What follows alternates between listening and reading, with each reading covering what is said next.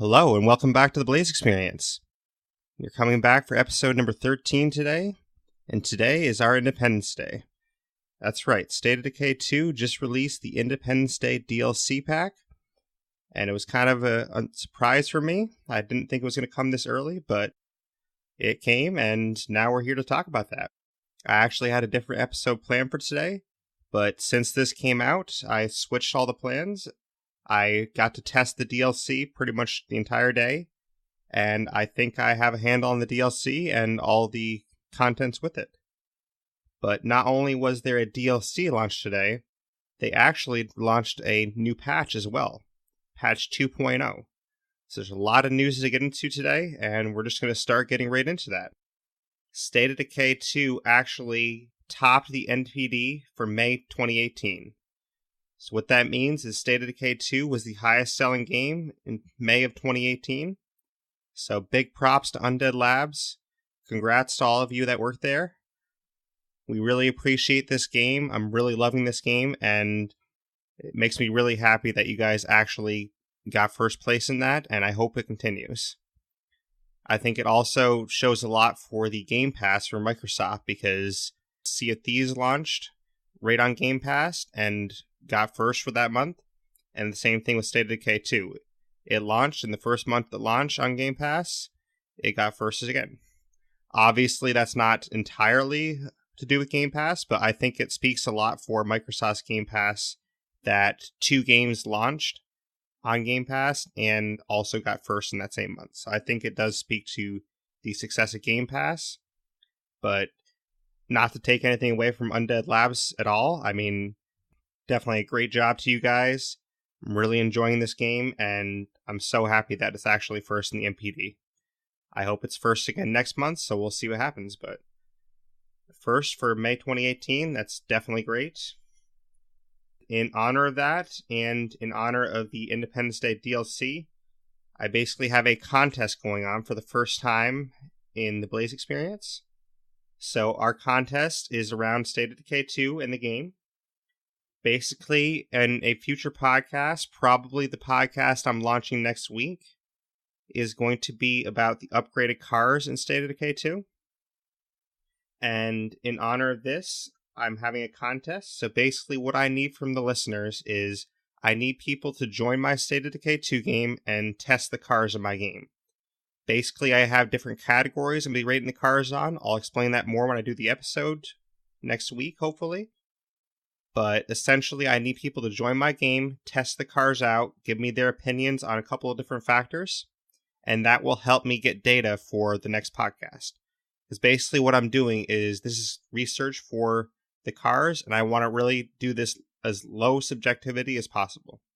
I don't want to just give my own ratings and have that be the end-all be-all. I want to hear from all of you and see what you think of these cars. And I want to compile all that data and actually have a good reading of what the cars are like for everyone.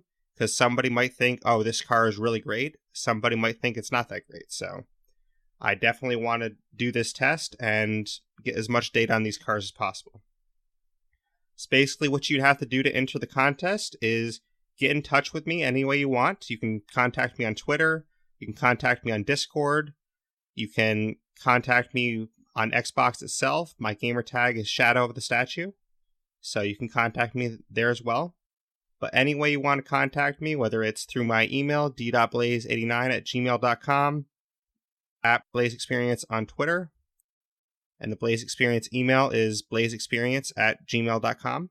Always remember there's no E on experience. So any of those ways you want to contact us, just get in touch with me and I will bring you into my game. You'll do the tests on the cars. It takes about, I'd say, 20 minutes to do the test, and then you'll be entered into the contest. Now, you can also get 2 additional entries in the contest. You can get an entry by following the Blaise XPerience on Twitter, which is at Blaise XPerience, or you can get an entry by leaving a review for the podcast on Apple Podcasts.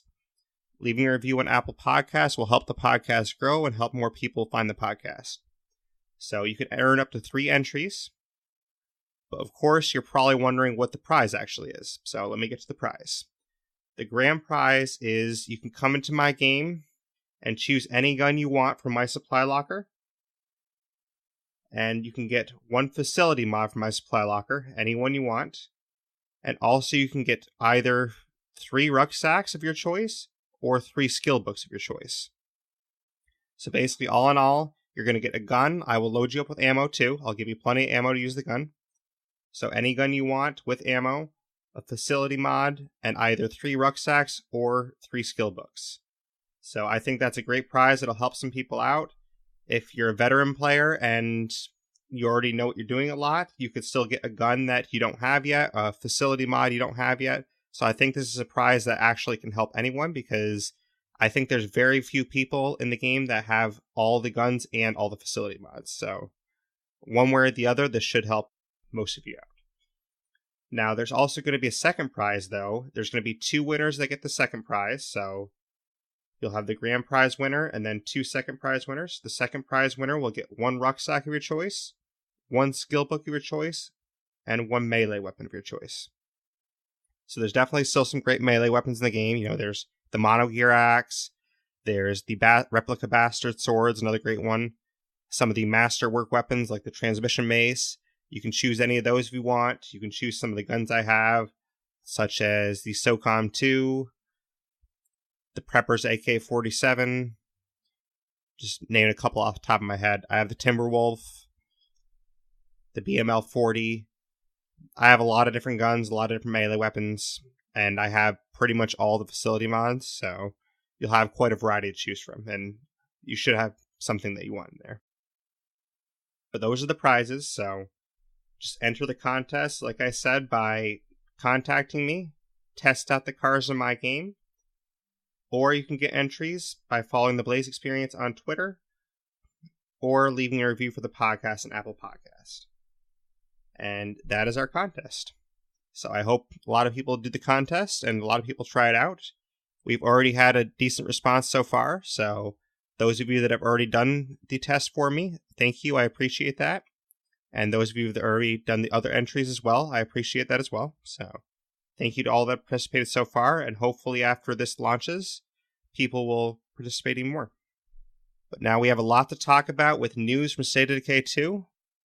I won't normally have a full podcast just on news probably, but there's so much news that happened today that it warrants a podcast just on news. I had another idea in mind that I will do at a later date for a podcast, but this podcast, there's so much news to get to, so let's get right to it. Now, this patch 2.0, it had a lot of updates in there. There's some new free content for everyone, so this patch is free. You just have to download it. It was about 7.1 gigabytes for me, and I'm on Xbox One S, so I'm not sure what it would be on PC or Xbox One X, but I know on the S, it's 7.1 gigabytes. But honestly, this patch is so worth it. There are so many fixes to bugs in this patch, some new content, a lot of great things. This patch is amazing, and I wouldn't normally say that about a patch, but this patch is one of the better patches I've seen in a while. It fixes a lot of things and introduces new content at the same time, so it's a great patch. One of the new things, kind of in honor of the Independence Day pack, there's going to be Revolutionary War zombies that now appear in the world. Basically, they look like they were in the Revolutionary War, so they're going to have, turncoats on. They'll have, like, the little hats that they used to wear in the Revolutionary War and things like that. So basically, you're going to see those in the world now, and in my playing today, I saw a bunch of them. They look really cool. They've got, like, blue jackets, blue hats.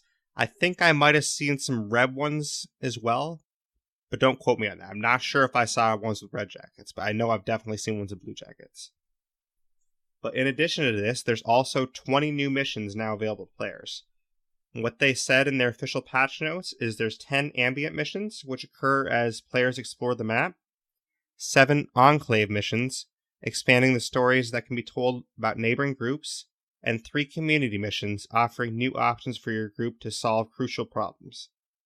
So I'm not sure what these new missions are yet. In my playing today, I didn't get to encounter any of these new missions, but I'm eager to try some of these new missions out and see what they are.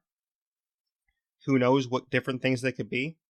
I know from buying the Independence Pack DLC today, I did get to try a new mission that I had to take out an infestation with one of the new weapons. So that was kind of fun, but I think that's more tied to the Independence Pack DLCs. I don't think that's what they're talking about here. So these 20 new missions, hopefully they're a lot of fun. I'm sure they will be. And I can't wait to try them out. But we all know about Red Talon. There's going to be new weapons for Red Talon and network weapons added to the game. I'll go through that list real quick. There's a Danforth Slugger, which is a lead-filled baseball bat. A Trumbull Gatekeeper, which is a lovingly improved Model 70. An RTX Extermination Blade, which is a military-grade zombie fighting blade. RTX Cyclone, a fully automatic 12-gauge pistol. That one sounds really fun, actually. I can't wait to try the fully automatic 12-gauge pistol out. I mean, I don't know when I'll see it, but when I see it, I'm definitely going to buy that one. An RPX Rampart, which is a Vulture 44 with automatic fire, able to stop a charging Juggernaut. That definitely sounds helpful. You know, when Juggernaut's charging at you, you definitely don't want to be in the way. So apparently with this, it's, going to stop the Juggernaut straight in his tracks. So I'd like to try that one out. And then in addition to those new weapons, there's some previous Red Talon weapons that have been rebranded as RTX, and they have a new coat of paint. And these 3 weapons that were rebranded, I actually have all 3 of these. And I got to try them out, and the new coat of paint does look very nice. I'll get into that a little bit more after I tell what they are, though. The 3 weapons that were rebranded, the SOCOM 2 RT is now called the RTX Horde Breaker. The Vector Ultra Compact RT is now the RTX Piranha, which I really like the look of that one and how it operates. And the Scar HRT is now the RTX Stormbringer. Basically, these weapons, they just changed the name on them and gave them a new coat of paint. It's the same weapon, it still operates the same. The new coat of paint, I've checked it out in all 3 guns. It looks pretty cool. Basically, it's more of like a black gun with a couple of red stripes going down the side of it, which I assume it stands for Red Talon. But the red stripes actually look pretty good. It kind of looks like sort of like a red scar going down the gun, if I had to describe it. But honestly, the paint job looks pretty cool in my opinion. So hopefully you can get your hands on these if you don't have them already. But if you don't have them already, these could also be potential prizes for the contest I mentioned. Because I have all 3 of these weapons, so if you win the contest and you want one of those weapons, then it's yours. So maybe those are 3 weapons that you want to try out for the contest if you win. If not, I have other weapons too, obviously. Now this is something interesting too that they added for content. They added a new rare books trader that can appear every few game days with the following new skill books, available for the low price of 1,500 influence.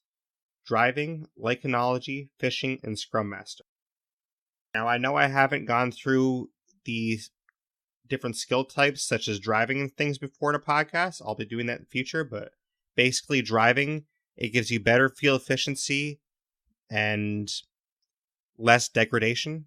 So driving skill will definitely help you with that, and these skills go in the 5th skill slot. So instead of like utilities or something, these skills would take the place of utilities or gardening. These skills would be there instead. Lycanology, that is actually a pretty good skill as well.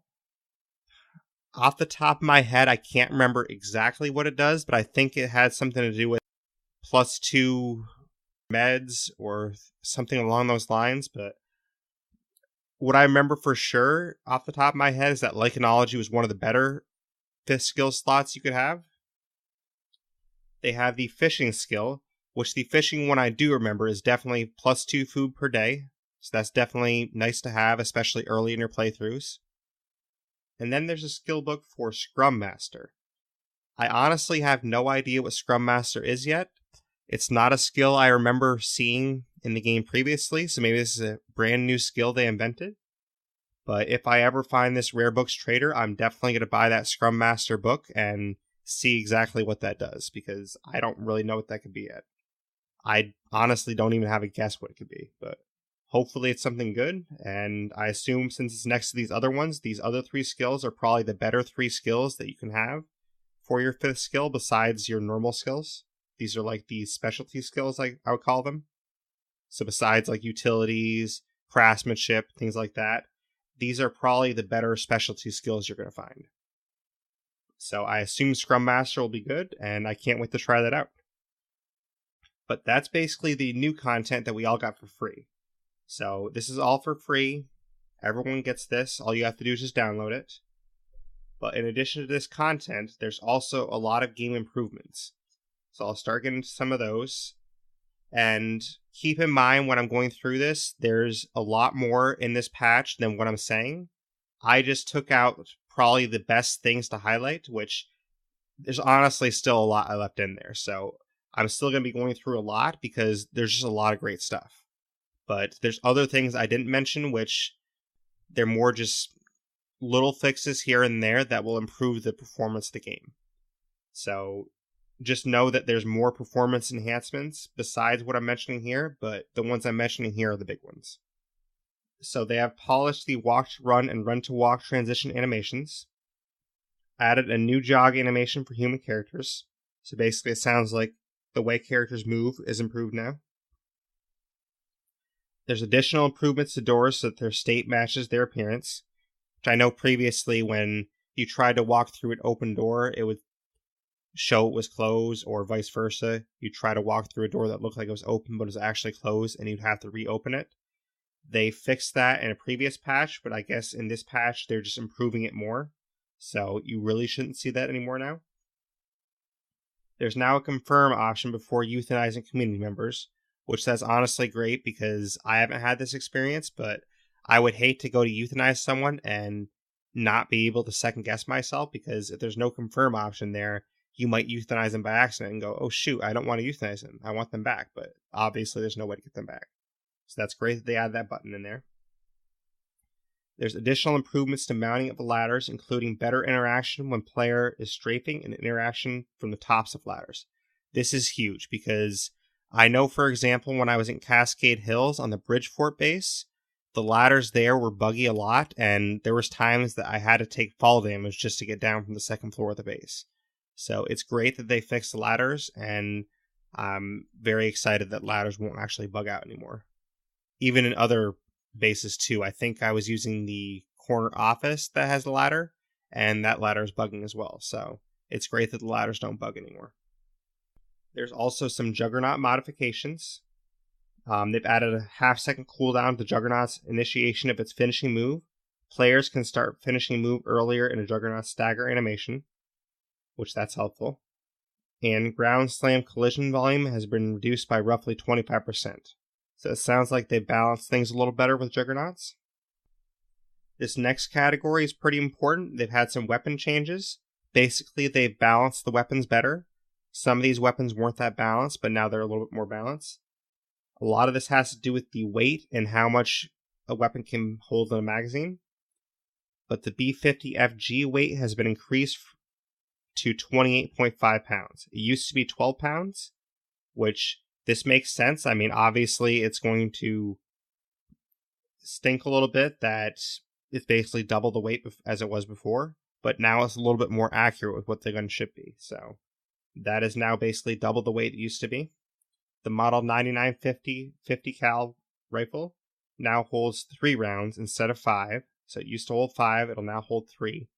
One thing I have noticed in my supply locker, I have one of these, and it still shows 5.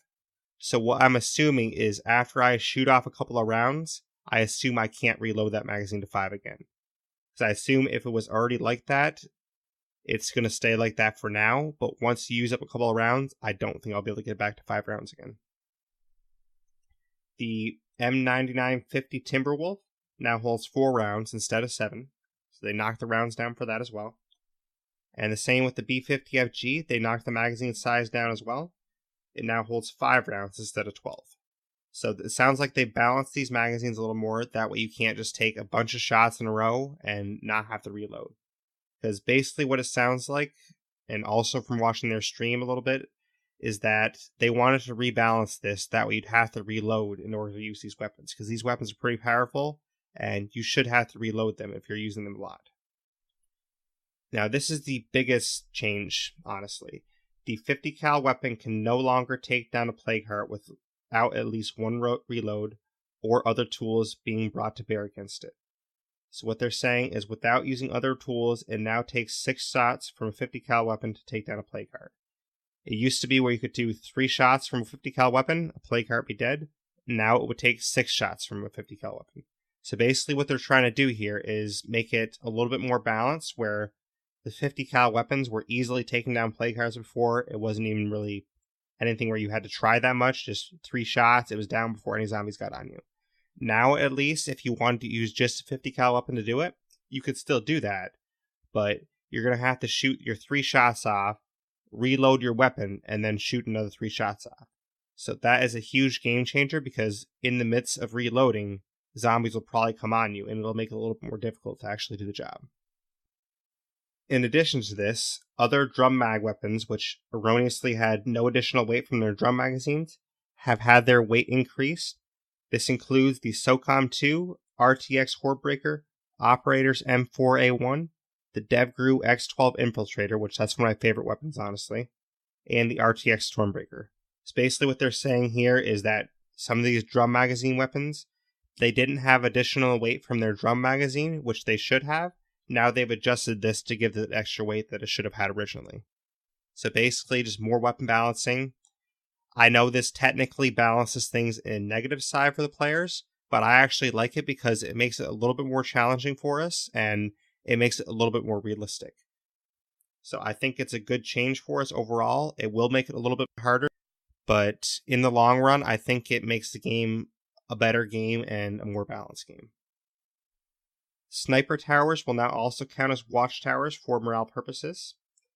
And they have also changed the weight of several luxury items so that their weight matches the quality of their manufacturing, which this makes sense. So basically, if it's a really luxury item, it should have less weight, I'm assuming, because it's a better manufacturing, better quality. So those should have less weight for us now. That way we can carry more luxury items with us. So those are basically the gameplay improvements. Now there's a category of bug fixes, which there's a lot of good bug fixes. So some of the multiplayer fixes they had were they fixed the desync issue that caused rubber banding of a zombie on a client's machine if hosts move with the grappled zombie. I'm not exactly sure what that means, but I think it has to do with if you're in my game and I'm grappling a zombie, there's not as much rubber banding now. I think that's what it has to do with, but I'm not positive on that one. They've also, and this is a big one, which I'm really happy to report this one, they fixed the issue with supply lockers sometimes not being visible at home sites in co-op. I've had this issue before where I'm at a friend's base and I can't access their supply locker. That is one of the most game-breaking things in this game ever, because you rely on your supply locker. If you can't access the supply locker, then you really can't do anything yet.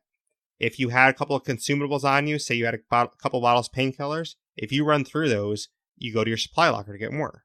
If you can't access the supply locker, that is a huge game-breaking thing. So this bug fix is very important for all players. I don't know if everyone experienced this, but if you did experience this, you know what I'm talking about, because it was such a pain being at a friend's base and not having access to their supply locker. Basically, what I had to do to work around it is try to find one of their outposts, and sometimes at their outposts you could access the locker. But it was such a pain because sometimes you really need to switch characters, or you really need to actually access the locker, get some more meds out, get some more ammo for your weapons, or maybe your melee weapons damage. So there's so many scenarios where you need the supply locker, and it's great that they actually have this visible in co-op now. Now, pretty much about the same level of importance as far as I'm concerned, they've also fixed an issue where host facilities would occasionally turn invisible to clients. I haven't experienced this one myself, but I've had people in my game that experience this, where they'd be looking around for my workshop or they'd be looking for my infirmary because they wanted to use it, and it wasn't visible to them. It looked like I had no infirmary or I had no workshop available. So now this is fixed, so it's actually going to show up properly. So this is also very big, because if you're looking to craft a toolkit possibly, or you're looking to repair your weapons, you're looking to make some more bottles of pills, you're looking to make some more bandages, any of those type of things, you would actually be able to do it. Whereas if it's not visible, you're not going to be able to do that in my game, or if I'm in your game, or whatever it is. But now in co-op, you can actually do that. So that is a very good fix, and I'm very happy to report that one.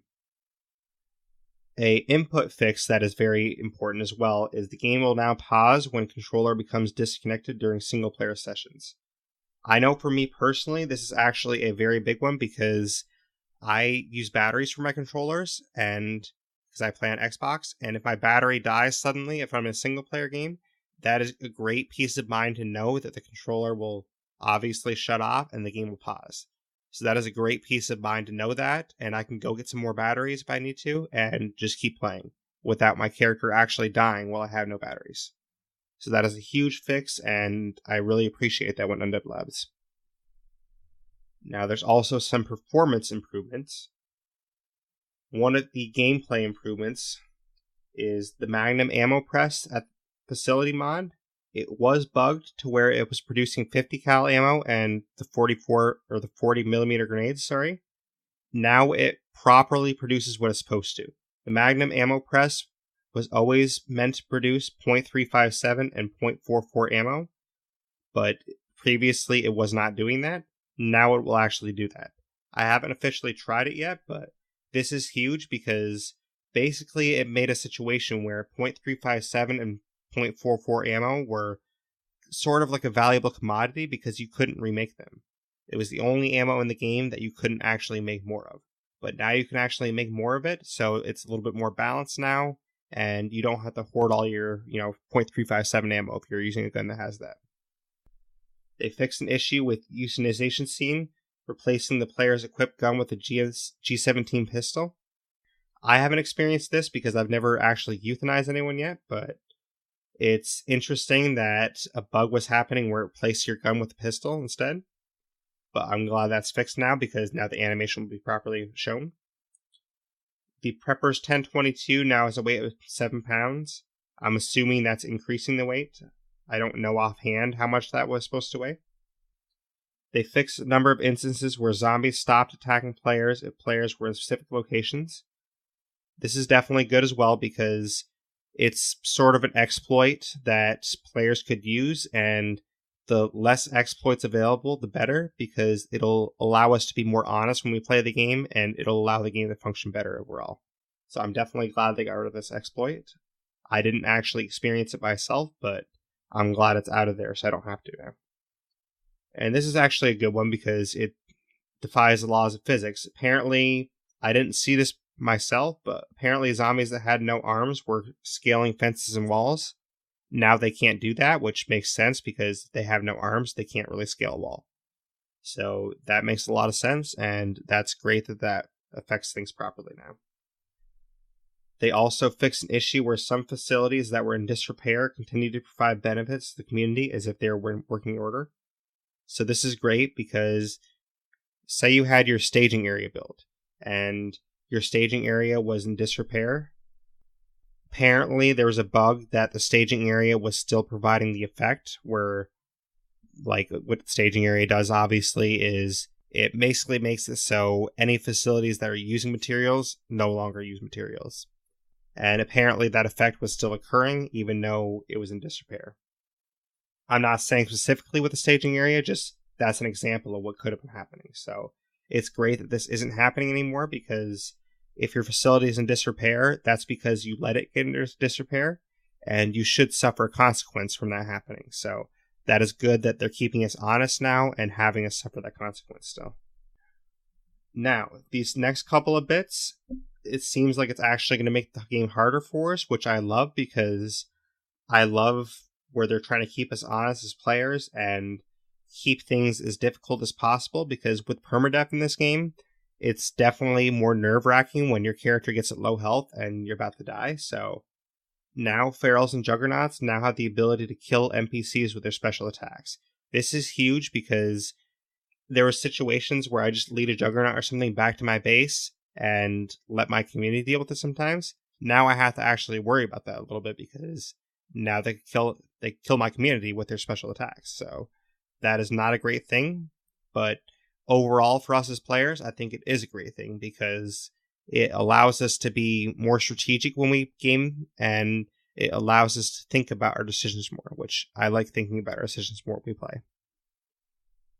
In addition to that, the Juggernaut execution attack can now correctly kill survivors that have a ton of different max health buffs simultaneously applied. So I'm not fully positive on this, but what I think this means is basically survivors that have a lot of health because of certain buffs or whatever.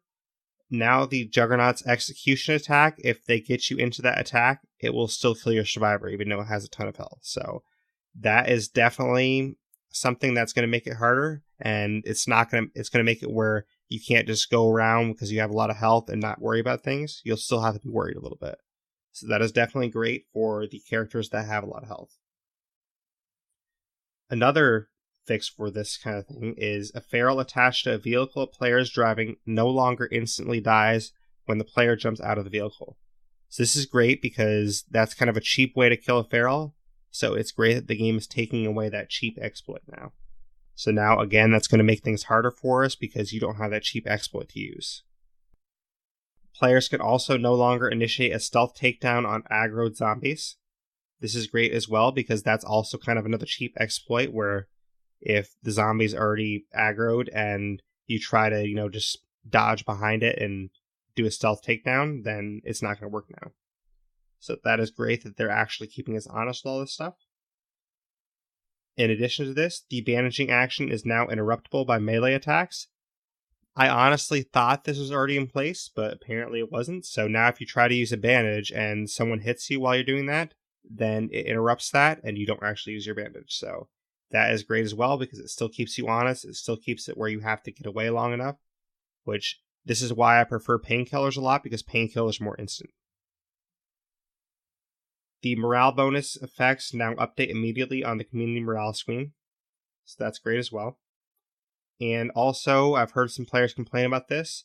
The dead bodies no longer accumulate forever during long play sessions. So if you're doing a long play session and you have a lot of dead bodies at your base, for example, they're not going to accumulate forever. So that's great that you're not going to have just a ton of dead bodies laying around.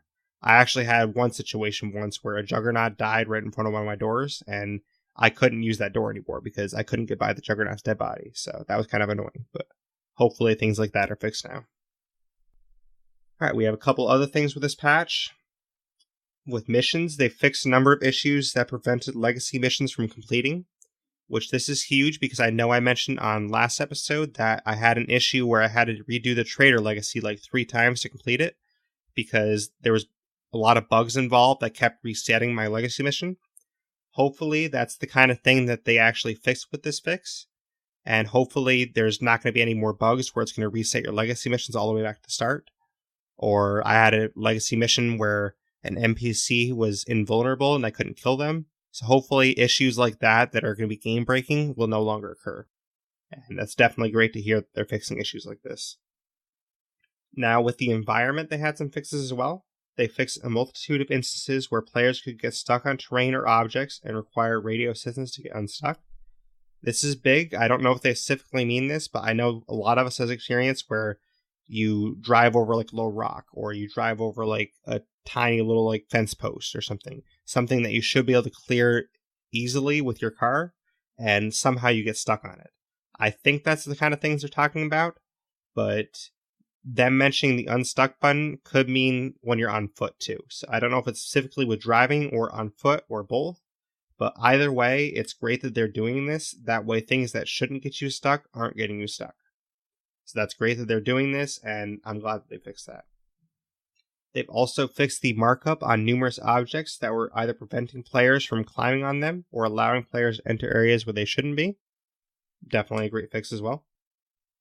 And they've removed a number of invisible objects that were obstructing player or vehicle movement. This is great as well because obviously you don't want to be driving along and hit something you can't even see, and then, it messes up your car gets stuck, or whatever it is. So it's great that they fixed the visibility of these items and actually made it so you can't get stuck as easily now. And then they removed multiple instances of floating textures and exposed seams in the world. I haven't noticed any of this personally, but for anyone that has, it's great that they fixed that too. Then finally with this patch, I know it's been a lot, but there's so much in this patch that's worth mentioning. But the final thing is with vehicles, they have fixed physics in a number of instances where vehicles would become stuck in animation loops after a collision or rolling over. So I've experienced this myself where your vehicle does barrel roll and it seems to go on for a little while too long where it just keeps rolling in the air or something. So apparently they fixed this. And now you can also no longer enter vehicles that are about to explode, which I don't know why you want to enter a vehicle about to explode, but maybe if you don't know what's about to happen, you would do that. So now at least it prevents you from doing that. All right. So now that we've covered everything with the patch notes, I apologize if I'm talking a little fast or something, but there's just a lot to get to, so I'm trying to pack it all into this episode for us, because a lot of news came out today, and I'm just trying to pack it all in for us. But now we will get to the Independence Day DLC pack itself. I'm very excited to talk about this, and when I found out it launched this morning, I was very surprised, but I was also really excited to get in there and try it out. And I got it in there, I tried it all out today, I've tried everything I'm about to talk about, and it all works pretty great, and honestly, I think it's a lot of fun, and it allows for a lot of new ways to kill zombies, which we always love, and it just allows a lot more fun into the game, which who doesn't want fun? So, but to start, we'll talk about 3 new vehicles. There's 3 new vehicles with the Independence Day DLC pack. There's the Burninator, the Meat Wagon, and the Pyrohawk. So the Burninator basically is a pickup truck. It's basically like your utility truck. It's got 6 seats and 6 trunk space. When I say 6 seats, I mean your 4 normal seats, but then you also have 2 people can fit in the trunk space, like the actual truck bed of the truck. So that's why I say 6 seats instead of 4, because you can technically fit 6 people if you use the truck bed. But basically, this car has a patriotic paint job, and honestly, it looks great. Like, I love the look of this car. It just looks amazing. It's kind of hard to describe it, but it's basically a very patriotic theme, red, white, and blue on the side of it. It's a white truck, but it's a very nice looking car. And it also has a special feature, which all of these cars have a special feature. Basically, the horn on all 3 of these cars, they took away the horn and they replaced the horn with something else. So for the Burninator, instead of having your horn, what happens when you hit the horn button? It will have flames engulf the side of the truck. So say a zombie gets on your door or gets on the side of the truck, what you can do is use your normal horn button and flames will come out the side of the truck and burn the zombie off, and it'll actually kill the zombie, which is amazing. I tried it out a few times today, and it's really a lot of fun to use. So I would definitely recommend trying these vehicles out just to even see what that's like, but it's a lot of fun to use these vehicles, honestly. Next, we have the Meat Wagon. The Meat Wagon is basically like your handyman repairman. It's got 2 seats and 8 trunk space. So basically, you can only have, the driver and a passenger, but it does have the 8 trunk space, which is awesome. And it's kind of like a meat vendor style paint job. It's basically like, say there was someone that was like a meat collector or like a meat vendor that was bringing different meats to a meat market, kind of like a butcher or something. Then it's kind of like, that's the theme of the wagon, basically. But basically, the special effect for this one is when you honk the horn, it doesn't actually make a horn sound, obviously, because it's a special effect instead. But what it'll do is it'll drop a big piece of meat out the back of the van, and any zombies that are around, that are close by to that area, they'll go towards that piece of meat. So say you have like a lot of zombies chasing you, you can use your horn button, drop a bunch of meat out the back, and the zombies will actually just chase the meat instead of you. And it's actually kind of hilarious to watch it happen, because the first time you do it, just this giant hunk of meat just drops out the back of your van. It's like, what the heck happened? So it's honestly a lot of fun to see it happen, and I hope everyone gets to try it out. Which, if you want to try these out, definitely, like I said, you can still do the contest that I mentioned earlier. Just jump in my game. I'll let anyone that wants to try them out, and while you're trying them out, you can give me the ratings on them. So it's a win-win. You get to try out the vehicles, you get to help with the contest, and you might win a prize. But the last vehicle on here is the Pyrohawk. The Pyrohawk is basically the same thing as a Broken Trekker.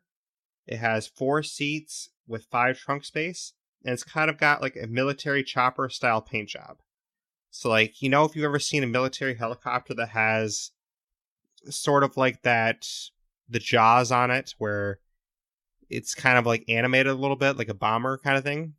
That's basically the style this is, like kind of like the bomber or the military chopper. That's kind of the style of this paint job.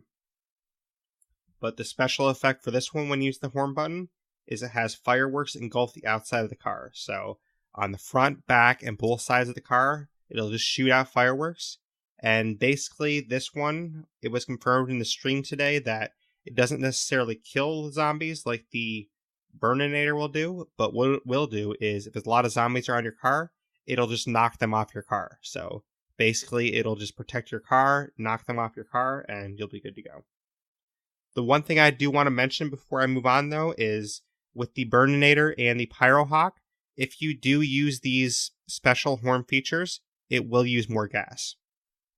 The Pyrohawk's feature with the fireworks, that one, if you click it once, it will stay on until you turn it off, and it'll burn extra gas while it's going on, so it's very nice to look at, but keep in mind that while you're driving, you're going to burn extra gas than you normally would, which this makes sense because if you're using these type of items, you would assume it would have to take some kind of gasoline in order to power these. The Burninator, though, this one, if you turn it on, it won't actually stay on unless you hold the button. So just to distinguish those real quick, the Pyrohawk, if you tap the horn button once, it'll stay on until you tap it again to turn it off. The Burninator, you have to tap and hold it if you want to stay it on. Otherwise, if you just tap it real quick, it'll just shut off real quick. So the Burninator, you have to tap it and hold it. The Pyrohawk, you just tap it once and it'll stay on until you turn it off. But both of these will use more fuel when you use them. The Meat Wagon, I believe that what they said is it's on a timer, so if you use it, it won't cost more fuel, but it'll be on a undisclosed timer until it actually can drop meat again. So moving on, we have 3 new melee weapons now. We have the Freedom Ringer. The Freedom Ringer is basically a baseball bat with a weight on it. And the thing I can say about this, it's got like, patriotic paint job, like kind of like with the theme of the pack, but it's basically very, very durable. I'm not sure if it can break, but the durability bar is pretty much all the way to max. So I don't know if that means it's unbreakable or if it means it's just got so much durability before it breaks. But I tried it out today and it never broke on me, and I use it on a lot of zombies. So I don't know if it can break, but it seems like it will take a while to break if it can break. I don't know all the stats off the top of my head, but I do know that the Freedom Ringer had pretty much no lethality. It had great knockdown, great durability, and I believe it had fairly bad ease of use as well. But overall, honestly, it's a great weapon. It's probably going to be one of my favorite weapons from now on because just the durability alone, as most of you know, it's hard to find a good melee weapon that's going to stay together for a while, and having that durability that high, that's going to be great. So I'm probably going to use this weapon a lot, honestly. We have a Grillmeister, which is another new melee weapon. This is basically what you'd find, at any backyard barbecue. It's like your basic burger flipper, and it's got pretty good durability and lethality. So this has less durability than the Freedom Ringer, but it has a lot more lethality. It's a lot easier to use, so basically it's a lot faster to swing, and it'll use less stamina than the Freedom Ringer will. In my opinion, I think the Freedom Ringer is a better weapon just because durability is so important to me. But if it's more important to you to use the less stamina and to be able to swing that easier, the Grillmeister might be the way to go for you. But honestly, it's still a great looking weapon. It's still really fun to use, and I would still recommend trying it out. Just in my personal taste, I do prefer the Freedom Ringer better. The last one is actually a new close combat weapon, which your close combat weapon, just in case anyone's not as familiar, this is basically your weapon that you use when your main weapon breaks and all you have left is your close combat weapon. So it's usually like your screwdriver or your combat knife. This is actually a new close combat weapon that you can use to replace those. It's a barbecue fork, just like you'd actually see at a backyard barbecue. And it doesn't actually do anything different stats-wise because all the close combat weapons, which was confirmed in the stream today by Undead Labs, all close combat weapons have the same exact stats and effect. It's just essentially a different look. But it honestly looks pretty cool. It's got, the 2 prongs, it's got a wooden handle. And the coolest thing about this, though, is basically what Undead Labs confirmed in their stream today is that you can't actually play without a close combat weapon because it won't even let you unequip it. but now that this barbecue fork is in play, you can actually switch around your close combat weapons. So say you get the barbecue fork, and somebody has the screwdriver and you don't really like the screwdriver, you can actually equip them with the barbecue fork. Then the screwdriver is going to go into your inventory because now you can take it off because you had something else to equip them with. Then the screwdriver is in your inventory. You can then take that screwdriver and switch that with another one of your characters. So basically, because you have an extra close combat weapon now it will actually allow you to switch your weapons around between your survivors. They always have to have a close combat weapon equipped, but now at least you'll have the option to switch them around the way you want them. And honestly, I like the barbecue fork a lot, and that's probably going to be the one I use almost all the time, as much as I can with my characters. So those are the new melee weapons. Now we'll move on to the 2 new guns included in the Independence Day DLC pack. One of the new guns is called the Pyro Launcher. The Pyro Launcher is basically a fireworks launcher that shoots fireworks, and it doesn't stop until it's empty or you manually stop it. So definitely keep that in mind when you first use it. It usually has a 40 round clip when it starts. I don't know if it can go higher than that, but that's what mine started with. And basically, once you hit the fire button for it, it'll just keep shooting nonstop until you actually stop it yourself. So usually with a weapon, as you know, you press whatever your trigger button is and fire as much as you want. With this weapon, once you touch the trigger button to fire it once, it will keep firing constantly. So think of it like it's basically like a fireworks show, in handheld form. So once you light that fuse, it's not going to stop. There's no way to stop it at that point. So definitely keep that in mind. The other thing to keep in mind with it, don't make the mistake I did when I first tried it out. What I did when I first tried it out is I fired it at a zombie right next to me. And basically it obliterated the zombie, which is great, but it also caused an explosion and set my character on fire. My character didn't die, they were fine, but I wasn't really expecting that, which common sense would probably tell me, yeah, you idiot, don't fire at a zombie right next to you because it's a friggin' fireworks launcher, but I guess I didn't think of that at the time, so my character took some fire damage, but that's alright. They ended up okay, and everything was fine, but don't make the mistake I did. Don't fire it at a zombie right next to you. At least have a little bit of distance between you, that way you don't catch yourself on fire. But I mentioned manually stopping this. You can actually manually stop it.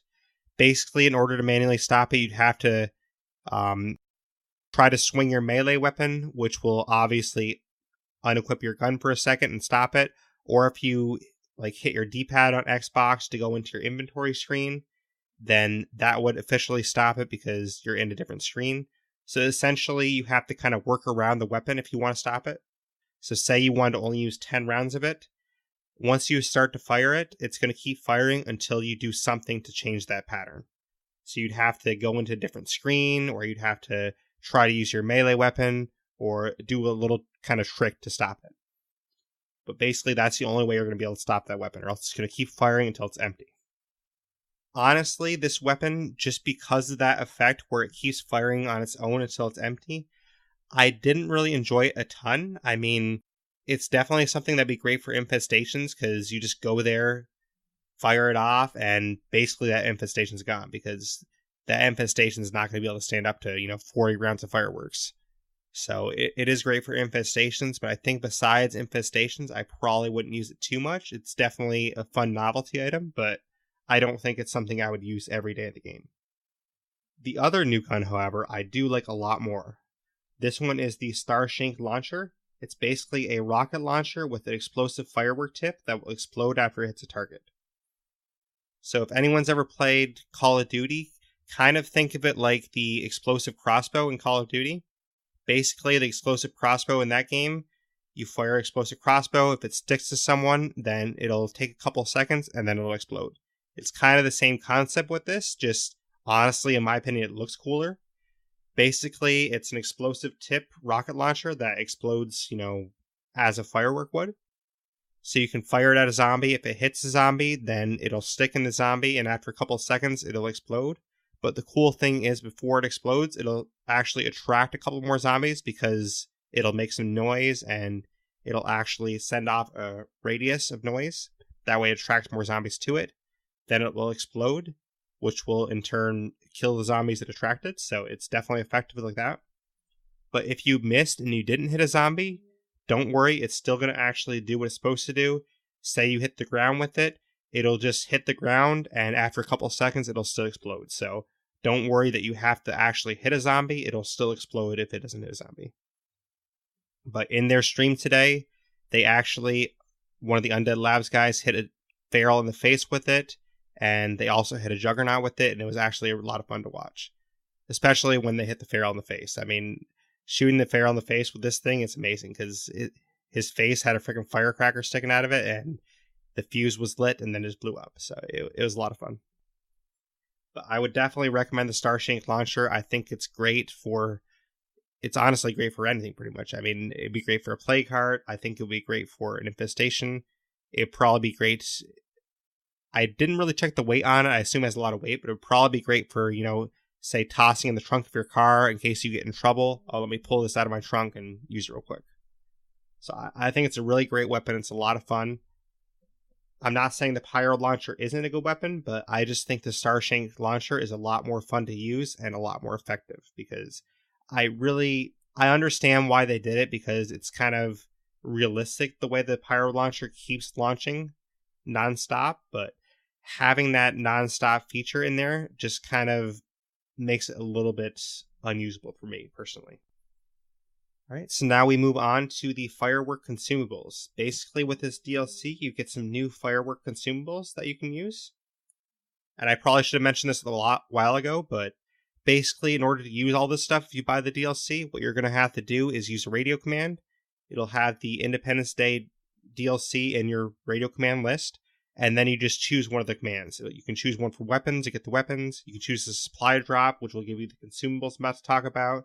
You can choose any of the 3 vehicles, and essentially it'll give you the first time for free.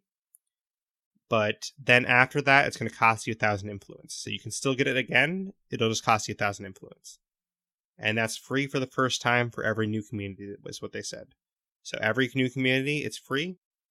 But one of the questions I asked in the stream, which they answered me directly, is if you switch maps, like say I'm doing a map and I want to switch maps with my community, but I don't want to actually end my playthrough.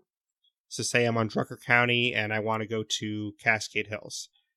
You can switch maps, as we all know, but if I switch maps, then I wouldn't get a free use of the radio commands again. So like, say I had my meat wagon already and I wanted to have the meat wagon again in the next map, I would have to pay the 1,000 influence at that point. So that is kind of a bummer a little bit, but I do understand at the same time. But now getting into those firework consumables, there's 4 new ones. You have the Bouncing Boris. Basically, this is kind of an uncontrollable firework. It's one that you throw, and essentially you just throw it. It kind of bounces around a lot. It makes a lot of noise, and it just explodes.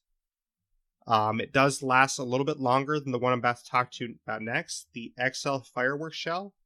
That's also a thrown firework, but this one, it will attract zombies, obviously, because this is a firework, but it does last for a lot shorter time. So I don't think I'd really be using the XL Firework Shell a ton, just because it has such a short use. Maybe in a tight jam, you just throw one out real quick, because it is quick to throw out there.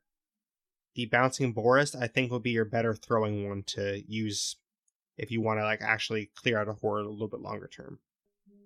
But my more favorite 2, or the ones I prefer out of the 4, are actually the ones where you place on the ground. The next 2 are place consumables that you place on the ground. One of them is called the Rain of Fire. This one is a place firework that will explode and create a ring of fire around it, attracting zombies and creating a barrier. So essentially what you do is you place it on the ground like you would a boombox or something, and it'll explode, attracting zombies to it. And then as the zombies move in, after a little while, it's going to start creating a ring of fire around that device. So basically, it just traps the zombies in that area, which is amazing. It's actually a really cool concept. I don't have the timer down specifically. I don't know how many seconds it takes before the ring of fire starts, but it's fairly quick after it explodes. But it's really cool because you just see this ring of fire go around it, and all the zombies around that are kind of trapped in there. Hopefully you got yourself out of there before that happened, or else you kind of be trapped in there too, but hopefully you wouldn't do that. And now the last firework consumable. This is honestly my favorite one, and it's probably, if I had to say, it's probably my favorite item of the entire DLC, honestly. It's so cool to see this work. It's such a useful item. It's the block rocker. The block rocker is basically a place firework that you place down like a boombox or like the Rain of Fire, but it continues to go off and has a huge radius of effect, which will bring in zombies from far away as well as close to you.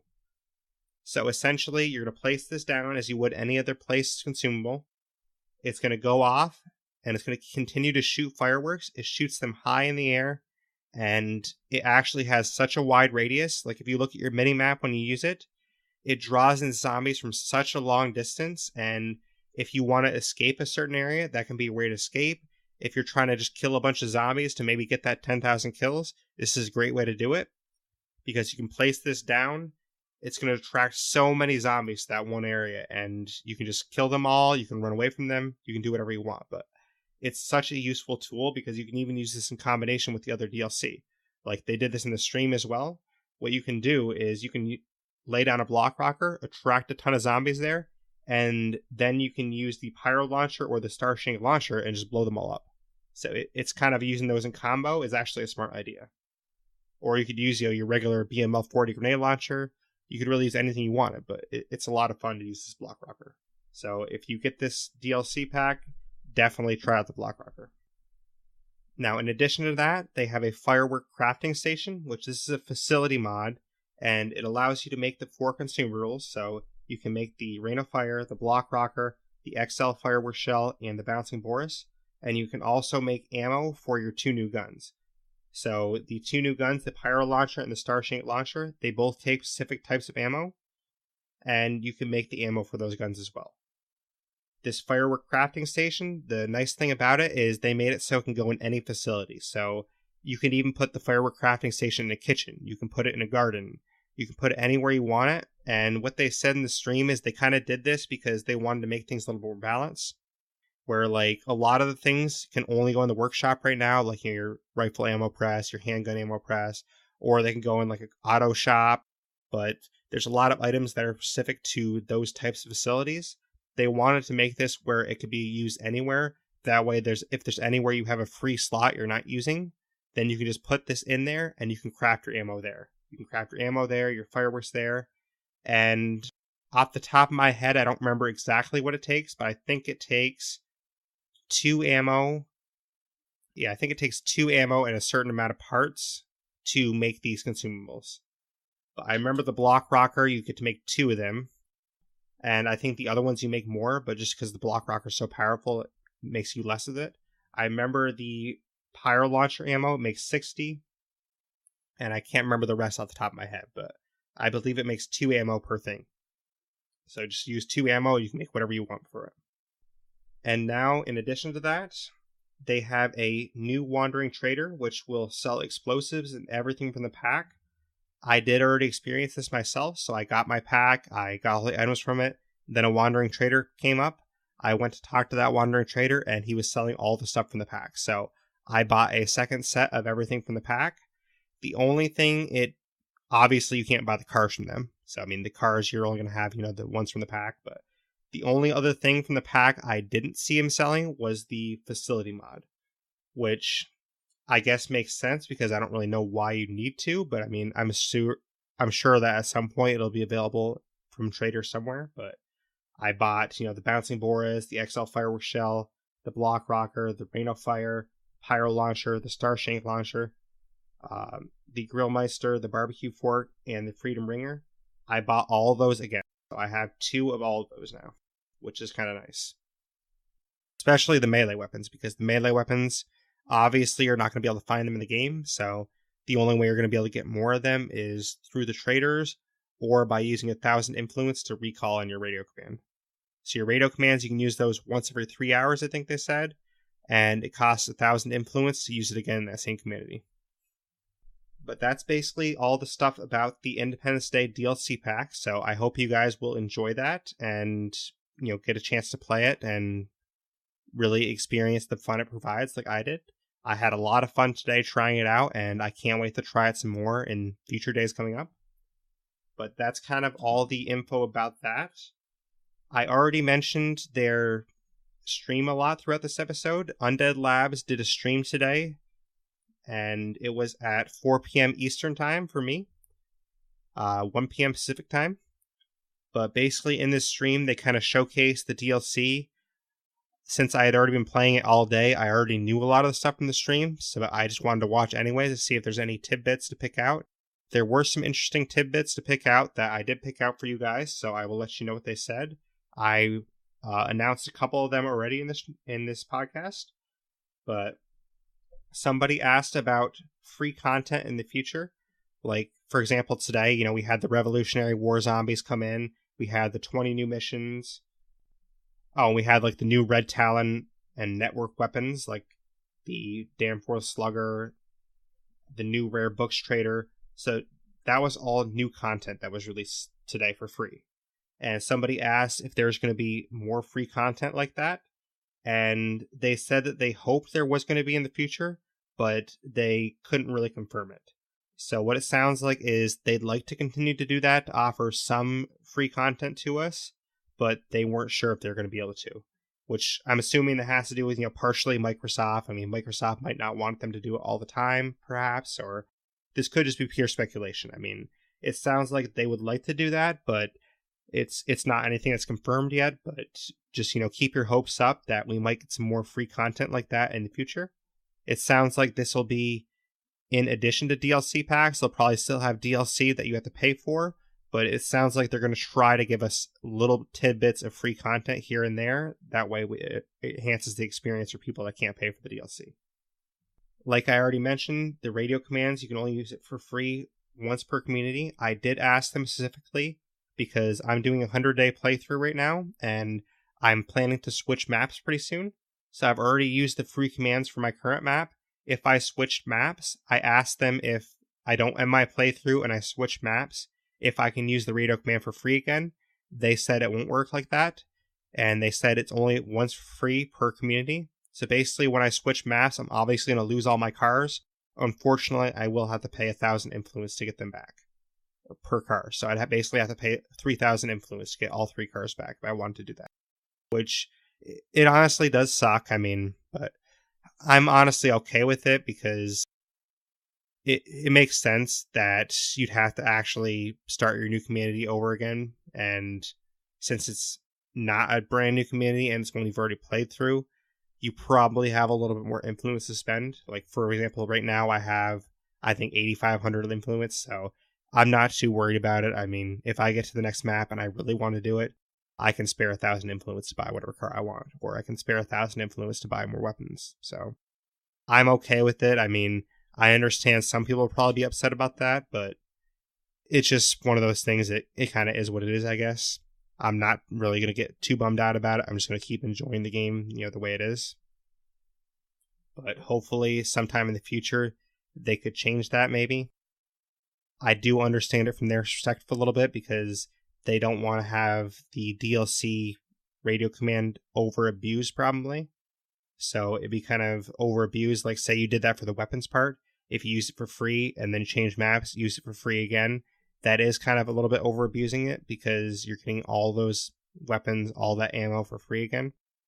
For the cars, I just wish it was a little bit different for the cars because the car is the main part that you're going to lose the car when you switch maps and then you don't have that car again and you have to pay 1,000 to get it back. So for the car aspect, it does kind of suck, and I wish they could switch that just for the cars alone, but maybe in the future they'll take a look into that. Now, another thing is, I wasn't sure if this is going to be the case, but it was confirmed that the DLC items, like, the Starshank launcher, the Pyro launcher, the fireworks, like the block rocker, all the stuff that's the DLC items from this, you can't give them to people that don't have the DLC. So if you, the listener, didn't have the DLC and I have the DLC, you can't join my game and have me give it to you. Because basically I can drop it on the ground, you can see it dropped on the ground, but it's not going to let you pick it up. Basically what's going to happen is it's going to say you don't have the DLC and it's not going to allow you to pick it up. So that is unfortunate, but they did say that you can still play co-op if they don't have the DLC. So if you don't have the DLC and you're in my game, you can still watch me use the fireworks. You can still watch me use all the items, and that's not going to affect anything. Just you can't use them yourself. But they did say that, say you want to drive my meat wagon, or you want to drive my Burninator or the Pyrohawk, the 3 cars, you should be able to drive those in my game, which makes sense because you're not going to take that back with you into your playthrough. That's still going to be contained to my playthrough, so it makes sense that they'd actually have it that way. So that is nice that you can still drive the cars in my game. Or, I could drive the cars in your game, or vice versa. Another thing with the vehicles, they are treated as if they've already been upgraded. So these vehicles, the 3 that I mentioned, you can't upgrade them because they're basically treated as if they're already upgraded vehicles. So that was an important question that was asked, and I'm glad they answered that. So you can't upgrade them. They're basically already upgraded, essentially. And then the last one, I asked this question myself, and they responded to me in the chat. I asked about, because they were talking about more organization for radio commands. Basically, they were saying that one person made a comment that, are all the radio commands going to be like this in the future with DLCs? A new radio command spot for this DLC, a new spot for this DLC. And they said it would get really cluttered overall because then you'd have to go far down your radio commands to actually see all your commands. And they said they're working on something to organize that a little bit more. But for now, it's just going to be like this because it's only one with the Independence Day DLC pack. So there's only one new slot for a radio command. But in the future, with more DLCs that are released, they're working on a way to actually make this more organized.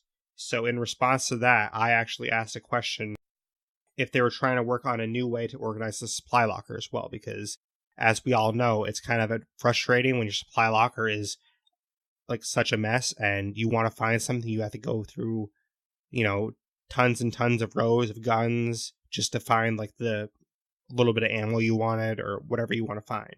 It's just frustrating sometimes to actually spend all that time going through your locker trying to find stuff when it could be organized better, where like maybe, all your bandages are right here. Maybe all your, consumables of one type or one area. And they did confirm to me that they are working on that, and it's something they want to release in a future update. So, stay tuned. You'll be able to organize your supply locker in the future, and that is definitely great to hear. I don't know when in the future, but I'm just glad that it's coming. So yeah, I know that was a lot to take in. I had a lot to go over today, but that's why this episode was based purely on the news that came out, because there was so much news that came out today. And I wanted to get all that news out to everyone. But that's pretty much all I have for the news today. Next episode, like I said, I'm hoping to do it on the upgraded cars in the game and kind of, rank all those cars. So I need your help to do that. So please help me with this contest and come into my game, test out these cars, and give me some more data. Because the more data I have, the better my ranking podcast will be. Because I just want as big a sample size as possible. So let me say it this way. Any sample size I can get that's increased is still going to help more. If I have a sample size of 10, a sample size of 15 will be better than that. If I have a sample size of 15, a sample size of 20 will be better than that. So any help you can give will be much appreciated, because the more data I have, the more accurate it's going to be when I actually rank these cars. So please help out and, enter the contest to get the prize. And you can have, a weapon you don't have, facility mod you don't have, maybe a melee weapon, but you'll get something for it to help your game if you win. So 3 people will win, and hopefully you'll be one of them. But if you want to get in contact with me to do the contest, or if you just want to leave feedback on the podcast, whatever it is, you can contact me via the podcast Twitter at Blaise XPerience. You can use the podcast email, blaisexperience@gmail.com, or you can use the new podcast Discord. There will be a Discord link in the show notes, so you can use that as well. And if you want to contact me personally, you can also use my personal email, d.blaise89@gmail.com. That's perfectly fine as well, any way you want to contact me. If you want to listen to the podcast, I'm sure you already found a way, obviously, because you're listening to it, but for anyone that wants a easier way to listen, you can listen on Radio Public, which is a free app that will help podcasters. It's available on iOS and Android in all countries. And basically, they will just help podcasters So if you want to listen that way, that's great. If you don't want to listen that way, honestly, a great way to help us is by listening via Apple Podcasts. I'd really appreciate anyone leaving a podcast review for us, because the more reviews we get, the more people will find us. So any review is helpful. If you really love the podcast, give us 5 stars and let us know why. If you didn't like it, then, it's okay if you want to give us 1 star. Just let us know why. Just give us some feedback and let me know what I can improve. If you think there's a lot to improve, or if you think it's great as it is, just give some feedback and let me know. But I'd appreciate any reviews. You can also listen on Google Play. You can listen on Stitcher. There's a lot of ways to listen. Just if there's a way that you want to listen and it's not available yet, just get in touch with me and let me know. But other than that, you should be able to find the podcast. And I really appreciate everyone listening. It's a lot of fun to do this for me, and it's definitely a passion of mine. So I really appreciate everyone that supports the podcast, and I will see you all next week. So I can't wait to talk to you all next week and get into the next topic. So thank you once again for listening to the Blaise XPerience.